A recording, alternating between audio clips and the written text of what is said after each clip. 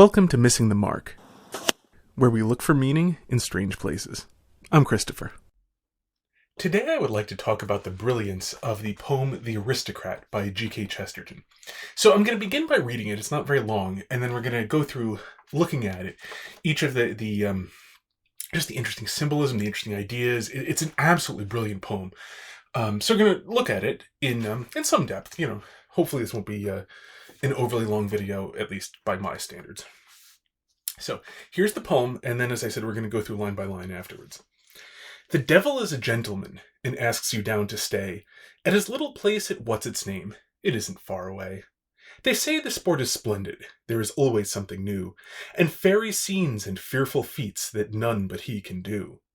He can shoot the feathered cherubs, if they fly on the estate, or fish for Father Neptune, with the mermaids for a bait. He scaled amid the staggering stars that precipice the sky, and blew his trumpet above heaven and got by Master Eye the starry crown of God himself, and shoved it on a shelf. But the devil is a gentleman, and doesn't brag himself. Oh, blind your eyes and break your heart and hack your hand away, and lose your love and shave your head, but do not go to stay at the little place in what's its name, where folks are rich and clever, the golden and the goodly house where things grow worse forever. There are things you need not know of, though you live and die in vain. There are souls more sick of pleasure than you are sick of pain. There is a game of April Fool that's played behind its door, where the fool remains forever, and the April comes no more. Where the splendor of the daylight grows drearier than the dark, and life droops like a vulture that once was such a lark. And that is the blue devil that once was the blue bird. For the devil is a gentleman, and doesn't keep his word. Okay, so now to go through this, looking at it piece by piece. So at the very beginning, the very first bit of it is the devil is a gentleman, which is a really interesting idea. Now remember, Chesterton was writing, this poem was collected in 1915, so he's writing in basically the 1910s. And so there's the gentleman would have been a reference to the gentleman of his time, not a more historical gentleman, or certainly from our perspective now, a more contemporary one. And so remember, the gentleman, started off as essentially a military figure. In the Middle Ages, there's the basic reciprocal relationship of where the gentleman who owned the land that the serfs worked on, he owed them protection. So he trained all his life to be strong and really good with weapons, and to have weapons and armor that he would then use to protect them. And in that medieval sort of setting, one guy who was really, really strong and well trained with good weapons and armor could be worth a dozen or more poorly trained people with impromptu weapons on a medieval battlefield. So one person could actually do a tremendous amount to protect. And moreover, and this is by contrast to the gentleman, so that I'm talking about this for contrast. Moreover, one guy who was really good and stood a really good chance of killing you, if you were to attack the people he is protecting, is worth a heck of a lot more than just what he would do on the battlefield. Because from the perspective of the not very well armed, not very well trained people who might try to come here and kill people to steal their stuff, there's a good chance that you personally will be the one who dies at his hands if you attack him, even if you and your 11 not very close friends who are working together here to try to, kill people and steal their stuff, stand a chance of eventually taking him down. And moreover, him plus a few people stand a really good chance of killing you. So there's a tremendous amount of safety in the fact that this is just a dangerous, dangerous person if you get on his bad side. That was the medieval gentleman. Now, that eventually changed, though, with the advent of mechanized warfare, and that ceased to be the case. Like, a bunch of guys with guns were massively better than one person who trained with weapons. There's some minor exceptions in things like modern snipers. But as a rule, the gentleman simply ceased to have a purpose.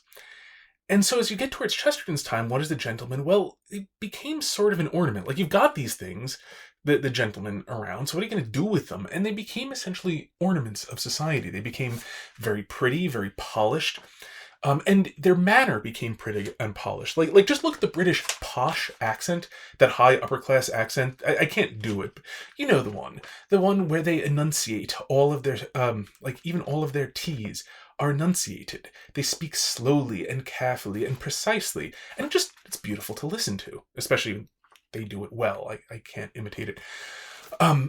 But it's even just listening to them talk, it's pretty. They are ornaments, like the ornaments on a Christmas tree. They don't serve any useful purpose, but they're pretty and they're nice. Well, one of there are a lot of problems that come along with this because people are kind of iffy as ornaments. And one of the big ones is that ornaments in general can please because you don't ask much of them. Whereas you ask things of people, but there's a limit to what they can give. And we're going to see this coming up a bunch later. It's much easier to make promises than it is to deliver on them. It's going to be kind of a theme. And it's a theme both of the English gentleman who is very pleasing in address, who is very sort of conforming to everything around him, and also to the devil, but in a slightly different way. But the similarities are fascinating. So, with all that in mind, let's look on now, because that's sort of the big overarching frame. That the devil is something like a useless ornament. Okay, so the devil is a gentleman and asks you down to stay at his little place at what's-its-name. Now, there's some interesting things to unpack here, too.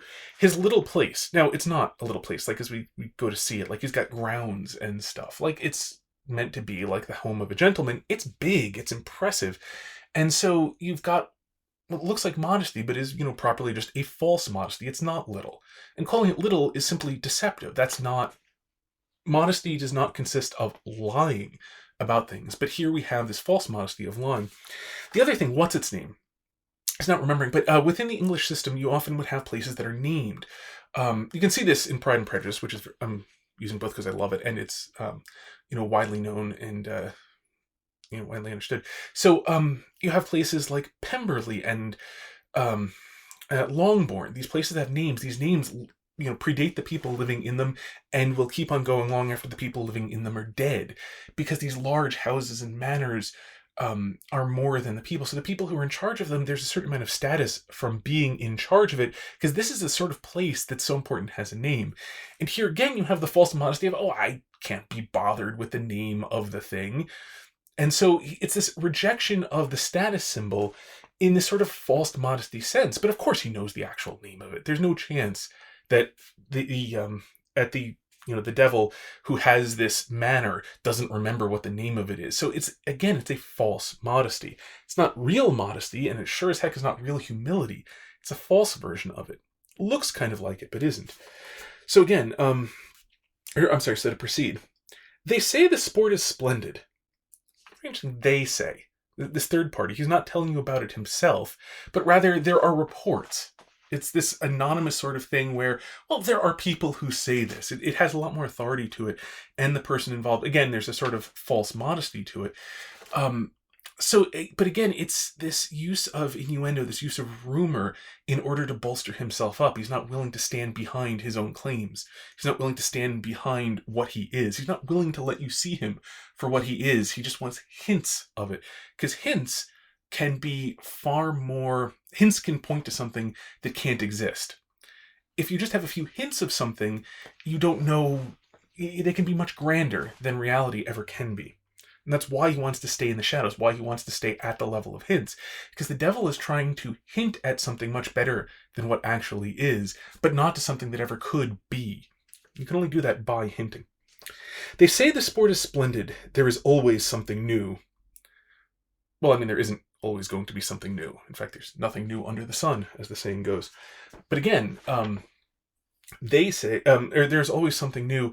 It's a hint that at this sort of eternal novelty, or it's sort of a claim, but it's non-specific. It's not talking about what the new things are. Intrinsically, it couldn't be specific, but also there can't be. Human nature is finite, so there's only so many things it can actually do. And fairy scenes and fearful feats that none but he can do.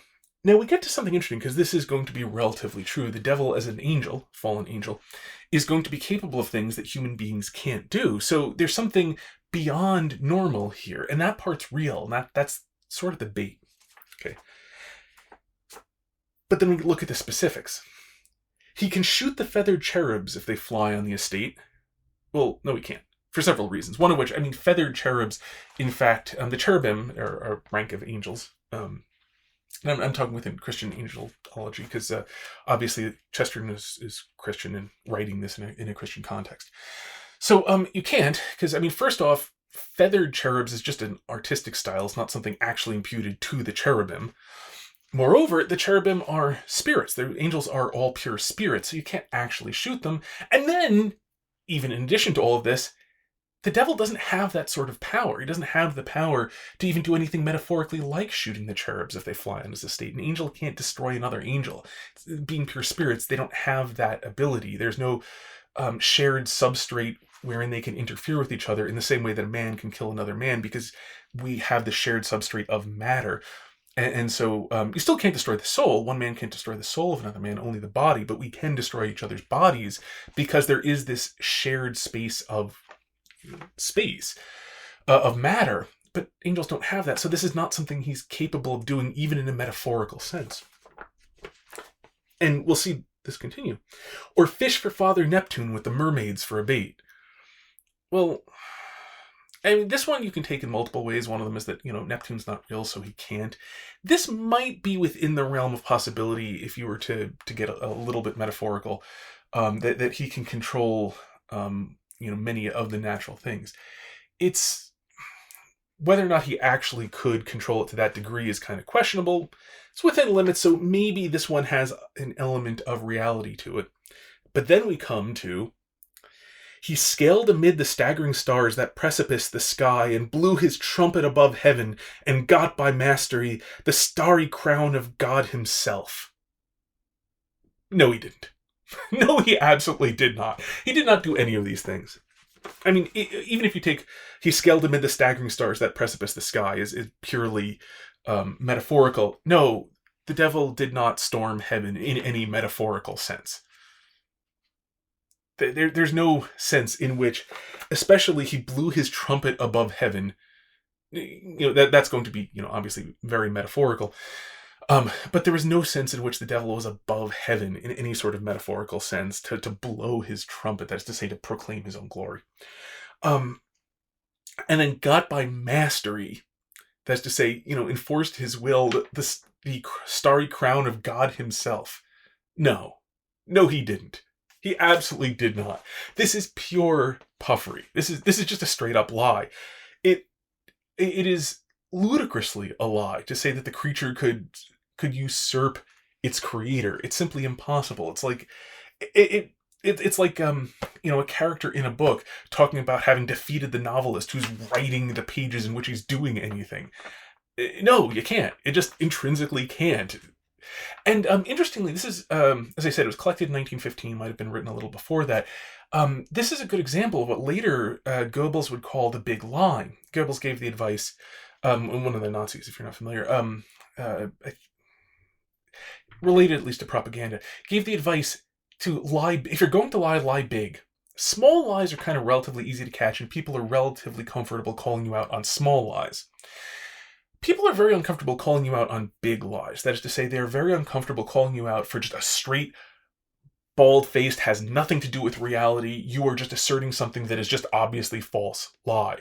Because it's incredibly socially awkward, basically, that to do something like that, people have to be willing to say, like, no, you're just lying. Like, you are not engaged in normal social interaction with me. You are lying to my face, deliberately and intentionally. There's no mistake, there's no excuse. You're just lying. That is an incredibly uncomfortable thing to do. It puts a person in a very, very unpleasant circumstance. So they're very unwilling to do that. And that's why the big lie is often something you get called out on less than the small lie, because they have to go so far outside of normal social interaction to call you on it. So you see an example of that, this thing that he went and he scaled the stars and he got the starry crown of God himself. He didn't do anything like that. Nothing like that. There's no excuse for this. This is just a straight up lie. Okay, so we see that interesting progression here. And if you're not going to call him on it, now you've fallen for everything. Now you've got to accept everything that comes, because if you fell for this, you have to fall for everything else too. And it gets even worse, actually, psychologically speaking, because in subsequent things, if you decide he's a liar, you have to reevaluate this, and then you swallow this enormous, obvious lie. And what does that say about you? And so it becomes much more psychologically difficult to call him out even on smaller lies after he's accepted the big lie, because he's kind of aware of the problem afterwards. So it's really interesting, that the nature of that sort of baiting and catching someone by that hook of the big lie. And you see that right here in that structure. Okay, now, he got by mastery the starry crown of God himself and shoved it on a shelf. But the devil is a gentleman and doesn't brag himself. Oh, so the reason why it's, not obvious, why this is not big on a pedestal, is because, he doesn't brag. It's just sort of off on a shelf somewhere. Again, I mean, it feeds into the big lie, but also that interesting thing that he doesn't brag himself. He has other people brag for him. And it's a really interesting aspect of how, if you can get other people to lie for you, this works a lot better. Okay, so it works better in the sense of it becomes itself something the devil is doing. He's not trying to get a person directly, but he gets someone else to do it for him. And so manipulating others in order to do this is going to be a much more successful tactic. So you see that in there. Okay, so moving on. Oh, blind your eyes and break your heart and hack your hand away, and lose your love and shave your head, but do not go to stay. Okay, now this is just artistically speaking, just all of these terrible things. I suspect, by the way, the shave your head in the context of the early 1900s England is a reference to insanity. Because the Englishman would never shave his head. There wasn't a custom of shaving one's head at the time, and so it was something so out of the ordinary that only complete mental breakdown would lead to such a thing. Obviously, it's highly contextual. There are plenty of cultures in which it's normal for people to shave their head, including, say, contemporary America. It's really common for men who are going bald to shave their heads. So it doesn't have that sort of significance. Just, artistry is often highly specific. I also really like the artistry of blind your eyes and break your heart and hack your hand away, because blind your eyes and hack your hand away are both physical, break your heart being physical mutilations, breaking your heart being a spiritual mutilation. And so I just really like the intermixing of these things sort of casually on the same level, that really highlights, in just an artistic sense, the unity of body and soul, that we are both things. Because the sort of a Gnostic trying to have this strict division of body and soul, as if the two are only, slightly related and not utterly, just divorced from each other, except for a ghost in the machine sort of thing. It is a common reoccurring phenomenon, and so I like this sort of artistic rejection of it. Anyway, but do not go to stay at the little place in what's its name, where folks are rich and clever, the golden and the goodly house where things grow worse forever. Okay, so where folks are rich and clever, the golden and the goodly house, again, these all have to do with appearances. These are natural virtues, by the way, worth pointing out. To be rich is a natural virtue, to be clever is a natural virtue. Gold is naturally beautiful. In America, we don't tend to see gold very often. It's on people's wedding rings. I mean, mine's titanium. But a lot of people have golden wedding rings, but it doesn't look like much. It's sort of a kind of yellowish metal. Where you really see gold as beautiful is when you see it outdoors. And I saw this when my wife and I took a trip to Paris, and we went to the palace at Versailles. And there were gold statues. I mean, gold-covered statues, but gold statues. And that's where you really see how beautiful gold is. When you have a lot of it out in the sunlight, that's when gold is just an absolutely beautiful metal. So the Golden House, again, it's beautiful, but in a natural sense, not a moral sense. And goodly having to do with appearance, it's a slightly complex word. It doesn't mean morally good, but rather, having the appearance of goodness. And then I love this, where things grow worse forever.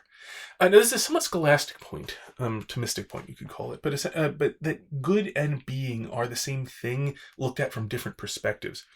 And so it's impossible for something to be pure evil, because if it exists, it has some measure of being, and insofar as it has that being, it is good.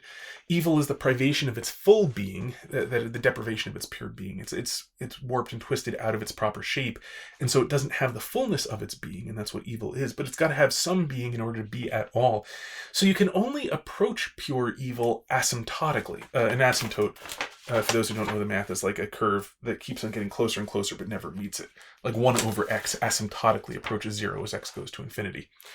From a perspective that normally mean that direction, actually. But anyway, so that you can only continually approach pure evil. You can only keep getting worse. You can never be pure evil because it's not possible. It's intrinsically impossible. Now, next line. There are things you need not know of, though you live and die in vain. I love that. And I like to take, though you live and die in vain, essentially to be, even if your life is completely pointless, that is to say, even if you're damned, there are still things so bad that things can be much worse, essentially. And there are things so bad that you'll still be, even if you are damned, you'll be better off not, merely being damned and not being this bad.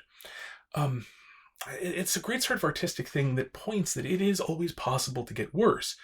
And this has to do with what I said a moment ago about it's not possible to be pure evil. You can only approach pure evil, that it's always possible to get worse. And as such, you can always be better off not getting worse, however bad you are. It's an interesting point, but an important one.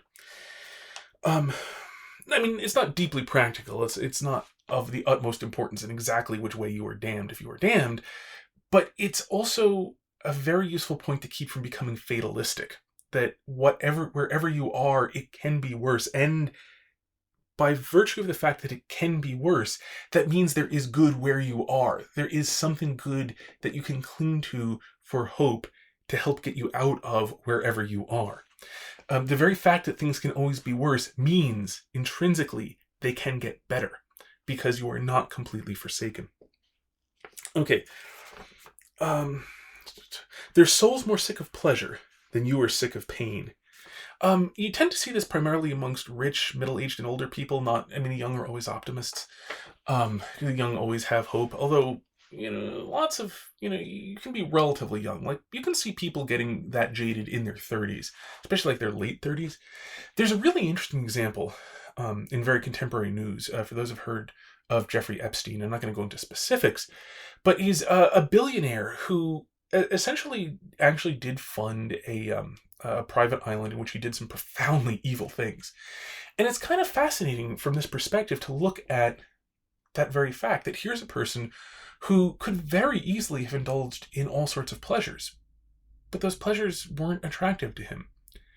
They probably were when he was younger, but he just got inured to them. They stopped being useful, and so all he could chase was being worse and worse, trying to get that enjoyment of being as bad as he could and however bad he was, topping that and trying to be even worse, trying to chase some sense of life in this sort of death spiral of evil, in that he could always get worse, and that was something fresh. There was some fresh level of being evil available when pleasure was completely dead. So it's a good example for those who, here in America in the year of our Lord 2019, it's a good example of that sort of thing. You see this sort of stuff all over the place. But, right now it's a really interesting example of that very phenomenon, that there are people who are more sick of pleasure than you are sick of pain. There is a game of April Fool that's played behind its door, where the fool remains forever and the April comes no more. There's an interesting thing about April Fools, playing tricks on people. It's being dishonest, but for the sake of fun. It's for the sake of camaraderie and enjoyment. It's for the sake of a joke that ideally when you play an April Fool's joke, the person upon whom you play it laughs and enjoys it. And here, the idea is where you're still fooling people, you're still lying to people, but there's never any fun that comes of it. There's no enjoyment. You're no longer doing this for their sake. There's nothing but the lies. And so it's a great artistic description of that, of how all the good just fades away and you're left with nothing but the evil there. Where the splendor of the daylight grows drearier than the dark, and life droops like a vulture that once was such a lark. Just a slight note on the artistic construction. A lark is a small bird that hunts insects, and they're very fast and very agile. In order to catch them, they expend a tremendous amount of energy. They fly often over fields, and they dart all over the place, chasing the bugs that they eat. So they put out a tremendous amount of energy and find a lot of food this way, because bugs are a very plentiful source of food. Vultures, by contrast, eat carrion, and the vulture's life is largely about conserving energy, because they never know when a dead animal is going to show up in a place they can eat it next. So if you look at vultures, they do their best to never flap. And just fly around, catching one thermal that then picks them up, and then they slowly fly around, getting a little bit lower till they catch the next thermal that raises them up again.